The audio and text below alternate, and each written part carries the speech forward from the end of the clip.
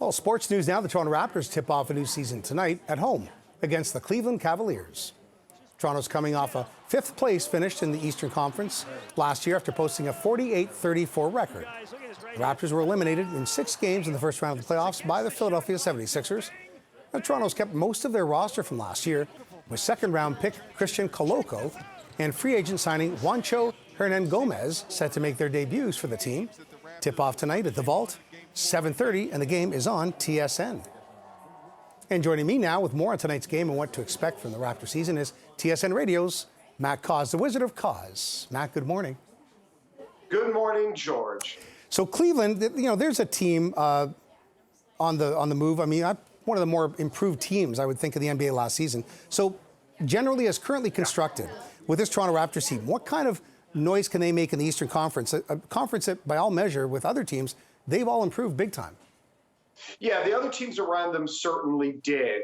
Brooklyn gets everyone back. We'll see what sort of chaos is there. And with Cleveland, they got Donovan Mitchell, and Cleveland was a great team for the first 2/3 of the season and sort of regressed near the end. As for the Raptors, they're this very strange team. They've got a really high ceiling, but we don't really know what it is. How much higher can Pascal Siakam be? What if OG Anunoby stays healthy? And then it's all about Scottie Barnes, who wins the Rookie of the Year last year. The Raptors won 48 games, but that team really got going after the All-Star break. They became one of the top defensive teams in the league. Despite the East being better, there is a good chance the Raptors could win 50 games this year. It's going to be...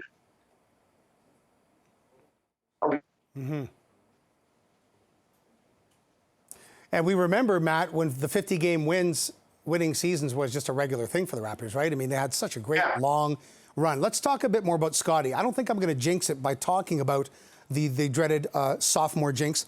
Look, he's a very mature guy. We know that off and on the court, and he did a lot to work on his D this summer. I mean, look, the league knows a little bit more about Scottie Barnes. What do you think?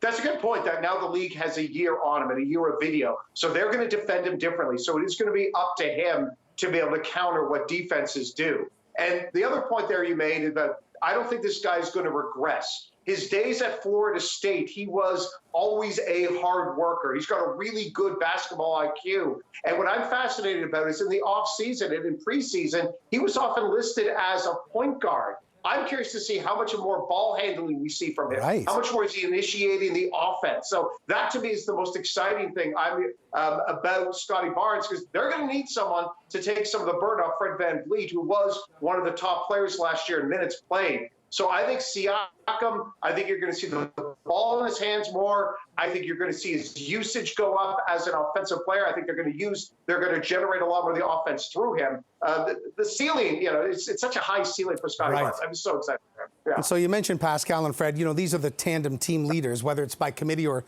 when they're on the court. But let's talk, just to wrap this up, about OG, Precious, Trent, and Boucher. Now, these are 4 guys that, are solid professionals at this stage in their careers. Could any or all of them graduate into, all-star territory?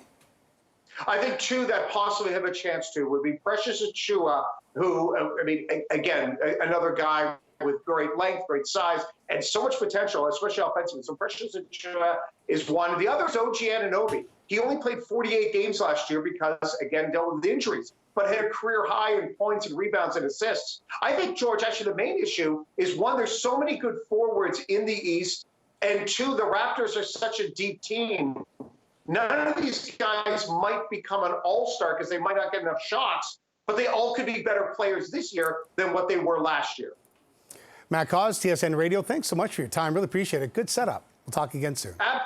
Absolutely. Take care. Have fun watching the game tonight.